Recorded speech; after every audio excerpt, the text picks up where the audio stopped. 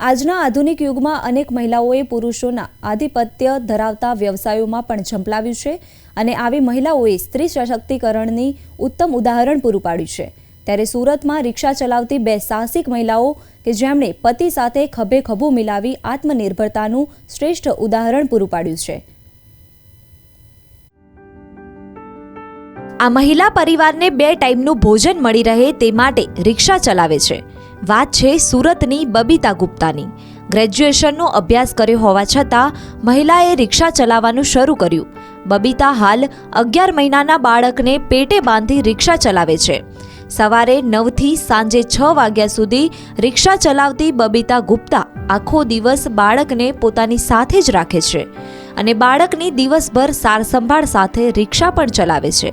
2 દીકરીઓની માતા બબીતા છેલ્લા 8 વર્ષથી રિક્ષા ચલાવી પરિવારની જવાબદારી નિભાવી રહી છે। कि एक औरत दोनों काम कर सकती है, लेकिन यहाँ पे हमारे लिए ना यहाँ की सपोर्ट बहुत होती है। हमारी रिक्शा में आज कोई भी मर्द आता है तो बिंदास अपने बीवी को अपने बहन को बैठा के चला जाता है कि दीदी सही सलामत घर तक छोड़ देगी। भले मेरे पास बच्चा है लेकिन कोई भी डरते नहीं है कि बहन कैसा रिक्शा चलाएगी। यहाँ से मतलब उधना से लेके अपना बोलिए तो सूरत में कहीं पे भी अगर उसकी बीवी को जाना है, बहन को भेजना है तो बिंदास वो भेज के चले जाते। बोलते दीदी 10 ज़्यादा लो लेकिन मेरी बहन को सही सलामत आप ही घर पे छोड़ोगे। સ્ત્રી સશક્તિકરણનું બીજું ઉત્તમ ઉદાહરણ છે મીનાક્ષીબેન પટેલ। રાત્રિ દરમિયાન જ્યાં મહિલાઓ એકલી બહાર નીકળતા ખચકાટ અનુભવે છે ત્યાં મીનાક્ષીબેન સુરતમાં આખી રાત રિક્ષા ચલાવે છે। રાતના 10 થી સવારે 5 વાગ્યા સુધી મીનાક્ષીબેન સવારી લેતા હોય છે। પતિના મૃત્યુ બાદ 14 વર્ષથી એકલા રહેતા મીનાક્ષીબેને પગભર થવાના વિચાર સાથે ડ્રાઇવિંગ લાયસન્સ મેળવી રિક્ષા ચલાવવાનું શરૂ કર્યું।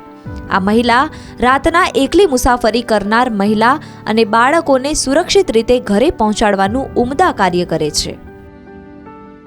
તો મારા ઘરની બાજુમાં બેંક ઓફ બરોડા છે, તો કોર્પોરેશનવાળા ત્યાં કાયમ લોન માટે આવતા હતા।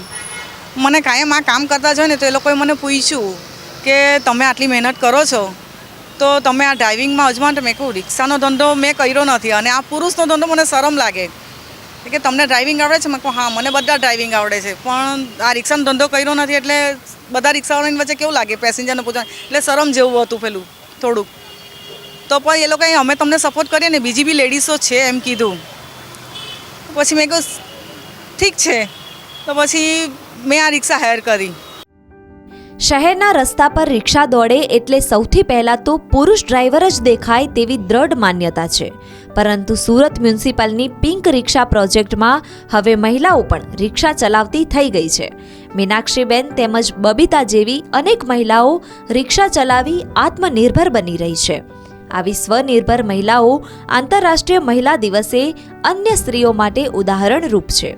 પ્રવેગ ન્યૂઝ, સુરત।